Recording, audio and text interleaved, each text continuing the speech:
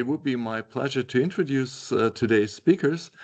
As we're not doing this on our own, but we are very happy that we're partnering with Enerdata, the energy think tank based in Paris, and Géraldine Duffour and Quentin Bchini are the two experts who will lead us through the most recent figures of 2025 in this context. Thank you very much to both of you. I've been that quick this year and that you brought together all of these different statistics and made them somehow comparable, that they really come to these results. And the second, I'm very grateful that Professor Marc-Oliver Betzüge will then, after this presentation, put some of these trends into context and give us some orientation, some comments on what we've heard then as a good basis also for your questions, for the discussion that we plan to have in the third part. Professor Marc-Oliver Betzüge is the director of the Institute of Energy Economics at the University of Cologne, and in Germany, a very well-known expert also due to his consultancy work to the German government as a council of experts in climate change of the Federal Republic of Germany.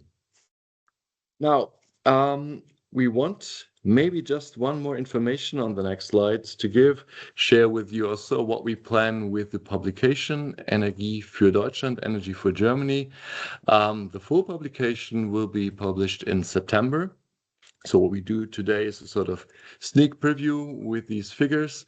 The main topic in autumn, in September, will be devoted to the geopolitical fragmentation, a very obvious topic that we chose for this year, with not only the most recent crisis at the Strait of Hormuz, but also in many places, I think, around the globe, which is a mega trend that has effects on the way we actually trade energy, and we look at the energy chapter in a way.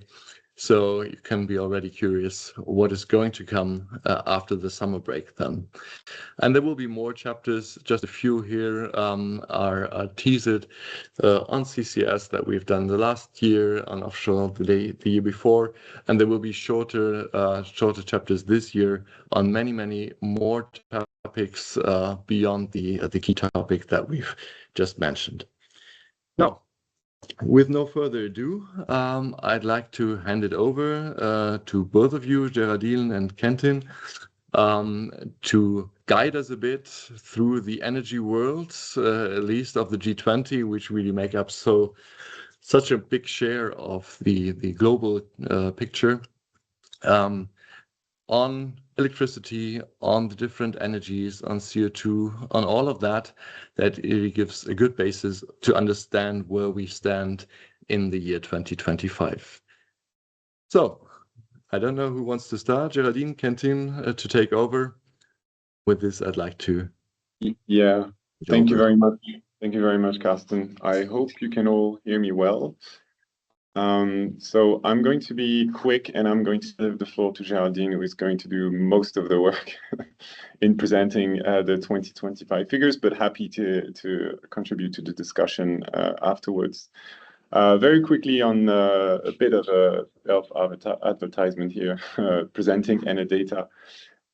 We are an independent energy research and consulting company. We've been actually created more than 30 years ago as what we like to call a spin-off of a French national research laboratory. Actually, most of us are based in Grenoble in the French Alps. Some of us are in Paris, as you mentioned.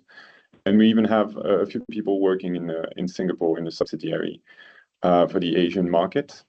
What we specialize in, I would say, mostly is in the current picture in terms of data, collecting, maintaining databases on energy supply, energy demand, with a global macroeconomic approach, but also sectoral deep dives as well, and also on projecting the supply and demand balance using models that we have developed in-house to build scenarios around the evolution of the energy system on a global level.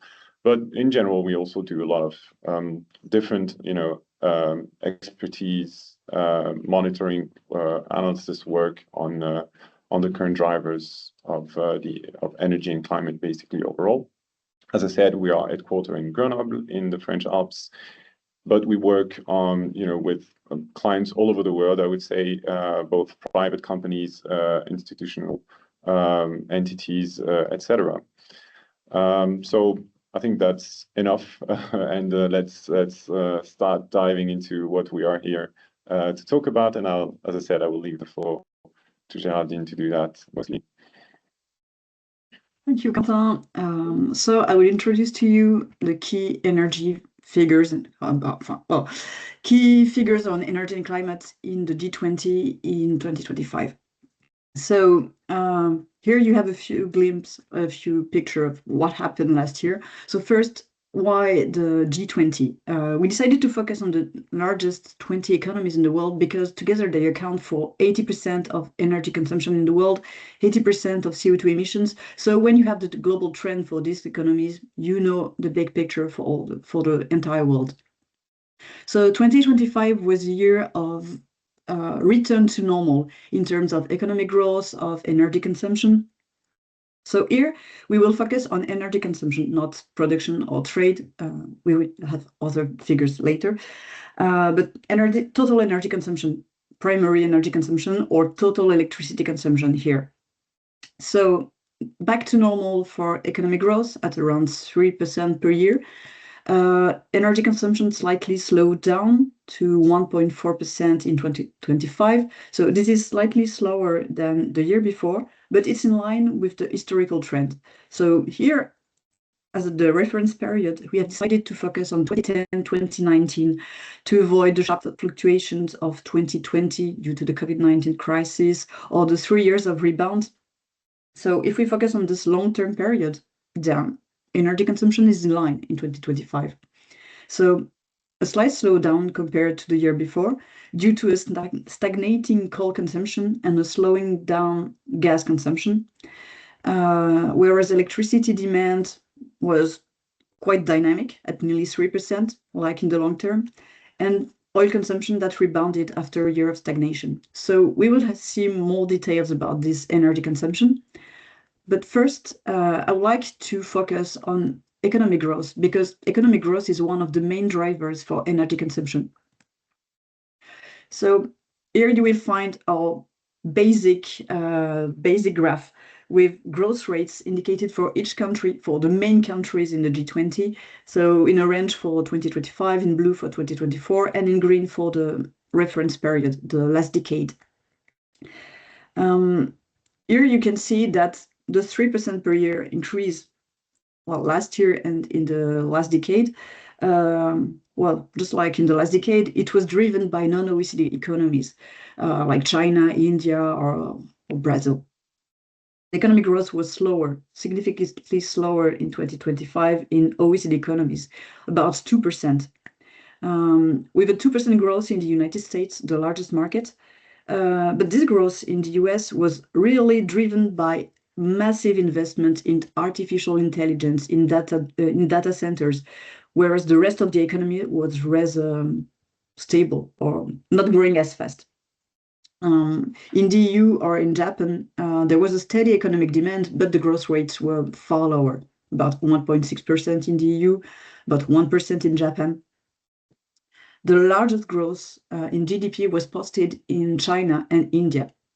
So China, which is one of the largest economies, China had set a 5% GDP growth target and met it. So that's good news. That was driven by the new 3 industries. So China has decided to become or to remain leaders in terms of energy transition. So the new 3 economies, it had decided to focus on our electric vehicles, batteries, and solar cells. And these 3 markets, and also high-tech industries like chips for computers, or yes, all high-tech industries, they were the drivers for industry. Whereas there was a slight slowdown compared to the 7% per year increase over the last decade. So this slowdown is due to some difficulties in Chinese economies because the domestic demand was rather sluggish. There was still industrial overcapacities, deflation, the so-called involution in China, and the lingering effects of the real estate crisis that had a strong impact on construction, on iron and steel production, on glass cement production. So this is still the dynamic, but not as it used to be. Whereas in India or Indonesia, the growth rates were really steady with a very dynamic domestic demand, steady industrial investment. So these countries are developing and are posting very strong increase in GDP. And to be noticed, finally, the GDP growth in Russia is slowing down. So after Western sanctions are piling up, so they're affecting a wider sectors. So finally, it has an impact on the Russian economy, adding on lower fiscal incentives that contributed to quite slow down the GDP growth at around 1%. So now you can see more or less what happened in the economic world last year and what were the impacts on energy consumption. So where energy consumption is concerned,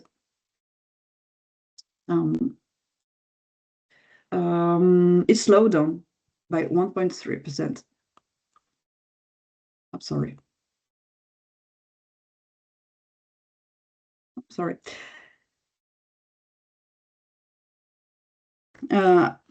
The GDP growth in China and India. So as I said, there was a slight slowdown in China due to the lingering effects of the real estate crisis.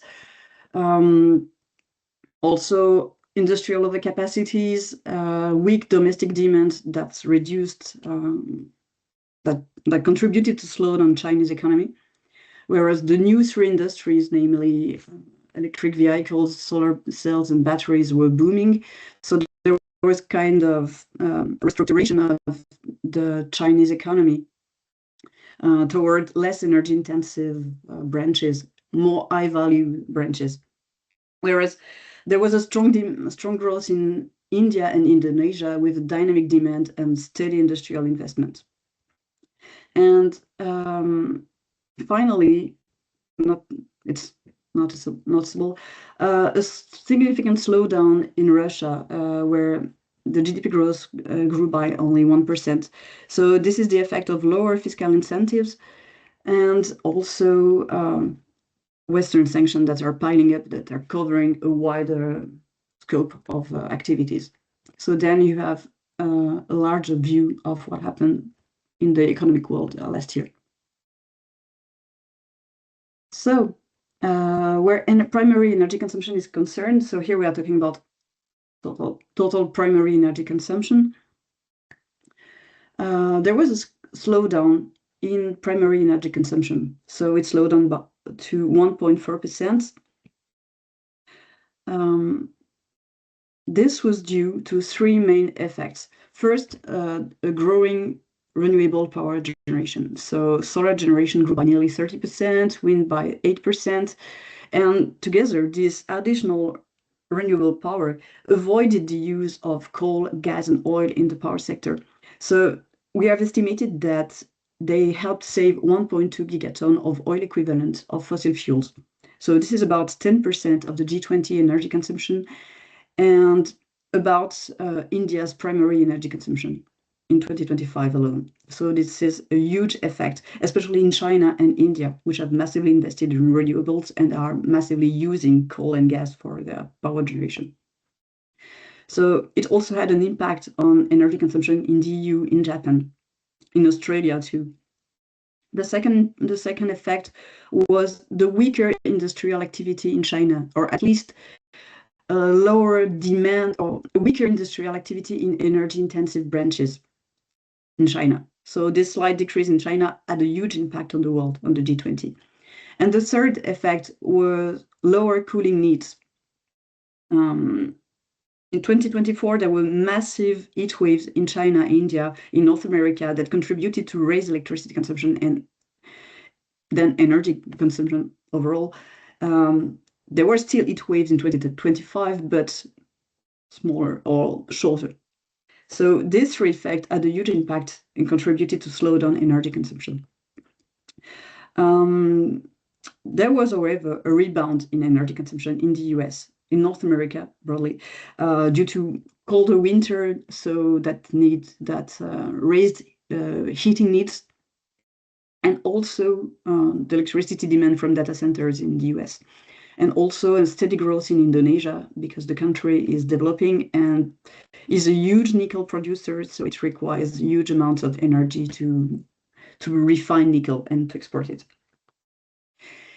If we have a look at the energy mix for the G20 countries in 2010 and 2025, we can say that the share of each energy was rather stable. So there is no real decarbonation. The share of coal has remained stable at around 1/3. The share of gas has remained stable at around 20%. So together, these two energies account for more than half of global energy consumption. The share of oil has slightly declined to the advantage of primary electricity. So here, primary electricity, we're talking about nuclear, hydropower, wind, solar, geothermal, electricity that doesn't need other energy to be produced. And this share has slightly increased by 3 percentage points in 15 years. So that's really slow. So let's have a look at coal, which is the largest consumer, with nearly 1/3 of primary energy consumption. And its consumption remained stable in 2025, stagnating in China and India. So that was due to the competition from renewables in the power sector, also from a lower demand from industry in China, namely from the steel and cement sector in China, which was partly offset by a new rise in Indonesia, so for power generation and for nickel refining. So non-OECD countries, for once, posted a stagnating coal consumption. So that's new. On the contrary, coal consumption in OECD countries slightly increased due to a strong rebound in the US. So the new US administration has been focusing on coal, oil and gas, and fossil fuel in general. So there was a 14% increase in coal consumption in the US, whereas it continued to decline in the EU and Japan, where renewable and nuclear generation in Japan contributed to cut coal consumption. Where coal prices are concerned, after the sharp rise in 2021, 2022, and the stabilization after all, the slow demand in China contributed to stabilize coal prices, but they remain more than 30% above their 2019 levels, so in Australia and South Africa. Where oil consumption is concerned, there was an acceleration in 2025. That was due to, most of the increase was due to China and the United States. These two countries accounted for most of the increase. That was due to a strong demand from the petrochemical sector, and also from stockpiling in China, because China took advantage of slightly decreasing oil prices, abundant oil production to boost its oil stocks. And in those two countries, the transport demand was rather low. It was stable in the US and declining in China. On the contrary, demand from transport sector increased in the EU and Japan, but was counterbalanced by a reduced demand from petrochemical. So there was overall a lower demand in these two countries. And there was also a slower demand in India, where the 20% bioethanol target was reached 5 years ahead of schedule. So that contributed to moderate the increase in oil consumption. And as I said earlier, there was a 14% fall in global crude oil price with moderate demand. But prices still remain 10% above their 2019 levels. So where gas consumption is concerned, there was a slight slowdown last year compared to the dynamic demand, with the competition from renewables in some countries. So contrary to, well, gas consumption slowed down or decreased in most countries. It slightly increased in the US over rising demand from heating sector, but counterbalanced by a lower demand from the power sector over rising solar generation. It slowed down in China and even decreased in Russia, in Japan, or India. So in China or India, or which were drivers of the growth in the previous year, the gas consumption was quite slowing down. On the contrary, it increased in the United States and in Europe. So there was a 3% rebound in Europe of a lower hydro and wind power generation. And there was also a strong growth in Saudi Arabia, as the country is substituting oil with gas in this power sector. So where gas prices are concerned, there were different trends with a slightly declining prices in Japan over reduced demand, and price increase in Europe and in the US, where demand was rising, so that contributed to fuel gas prices. So where electricity consumption is concerned, there was an increase, quite a slight slowdown compared to the previous year, but still dynamic consumption. So most of the increase in the G20 electricity consumption was concentrated in two countries, namely China, where it grew by 5%, and the US, where it grew by more than 2%. Like in 2024, these two countries remained drivers for electricity consumption.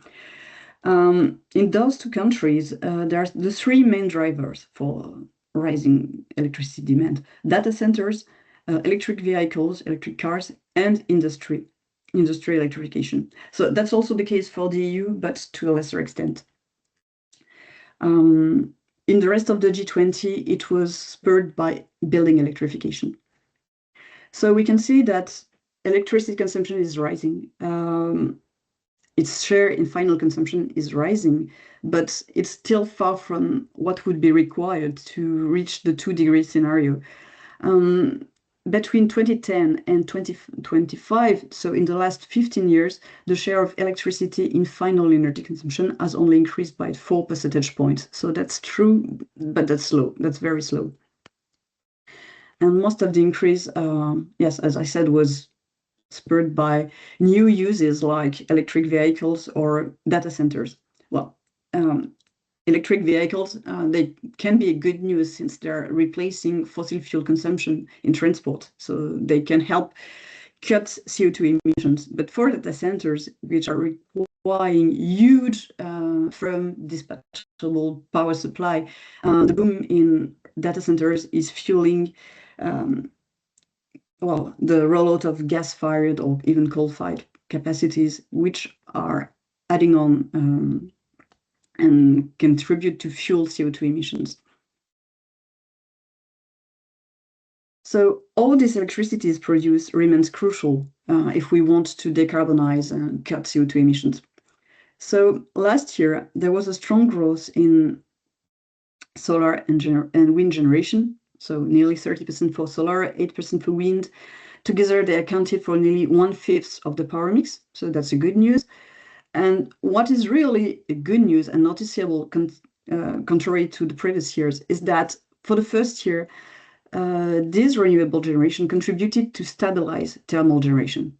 In the years before, thermal power generation continued to increase, but last year it remained stable in the G20. That was due to a slight decline in thermal generation in China and India, whereas it continued to increase in the US and the EU. So for once, China and India are doing better than the EU and the US.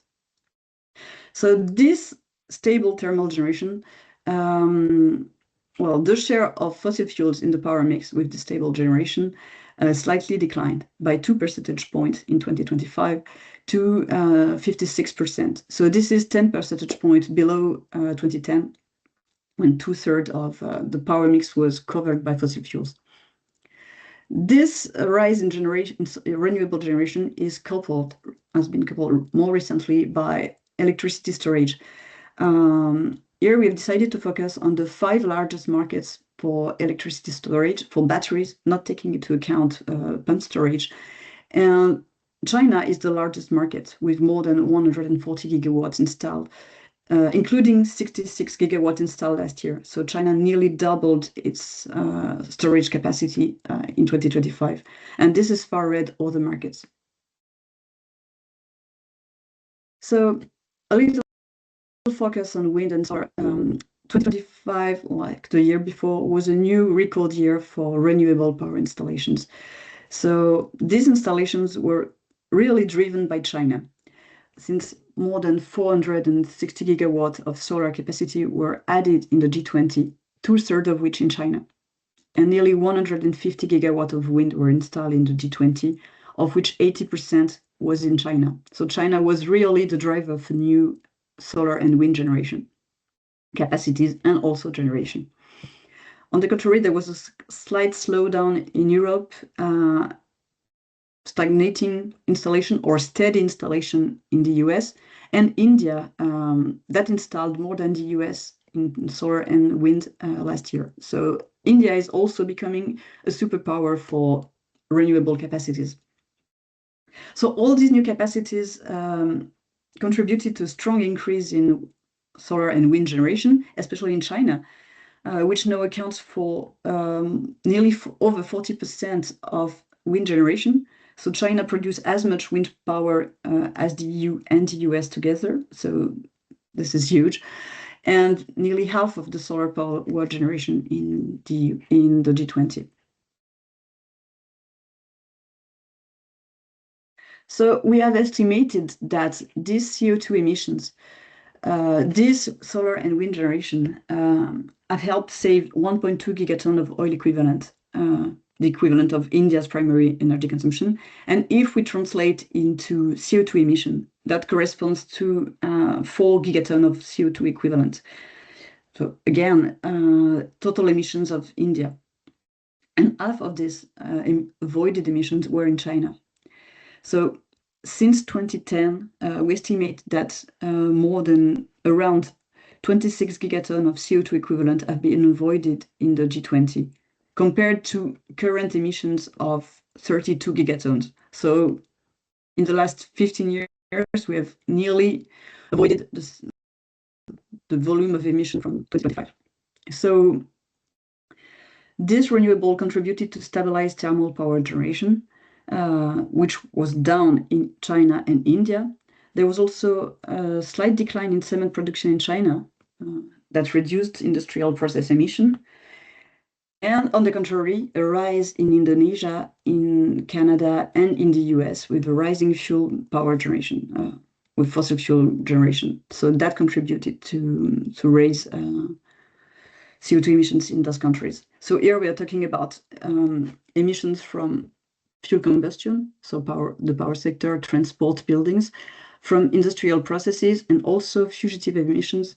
And the World Bank has just released a report about gas flaring that increased by 6% in 2025.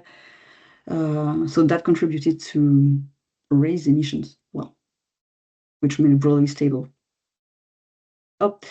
So what to remember for last year is that 2025 was a year of return to normal in terms of economic growth and energy consumption.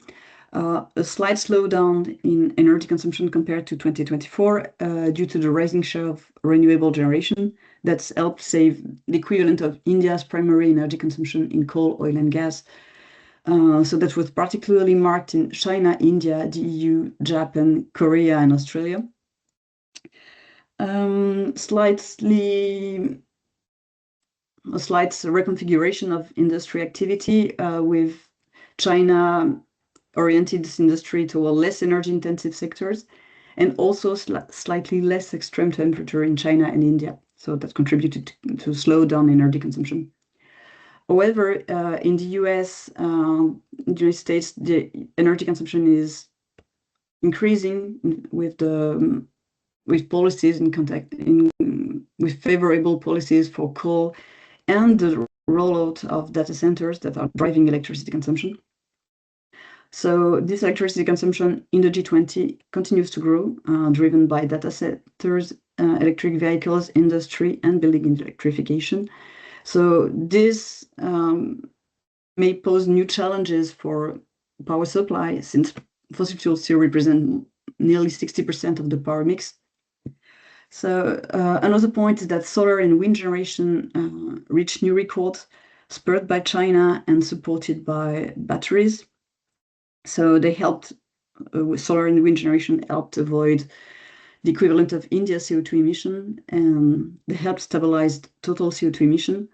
However, it's just a stabilization and not a decrease, and we need to double efforts to really reduce CO2 emissions and cut energy intensity if we really want to achieve the 2-degree target. So that's all for energy consumption. If you want more details about energy production, trade, other countries beyond the G20, we will be releasing a report, our yearbook, by the end of the month or in early July. And if you have any questions, you're welcome. Thank you very much, Géraldine, and I'm sure there will be questions in a minute that we want to come back to. I think this is always very, very insightful, as we are not often in the position to really look at these global figures, and you've put that into context. More than a third of the primary energy demand located in China, which is more than double of, or almost double of, what the US energy demand is. Now India equaling the whole European Union in its energy demand, although more than 3 times of the population. So these sort of comparisons, I think, put things and make them more illustrative and easier to understand.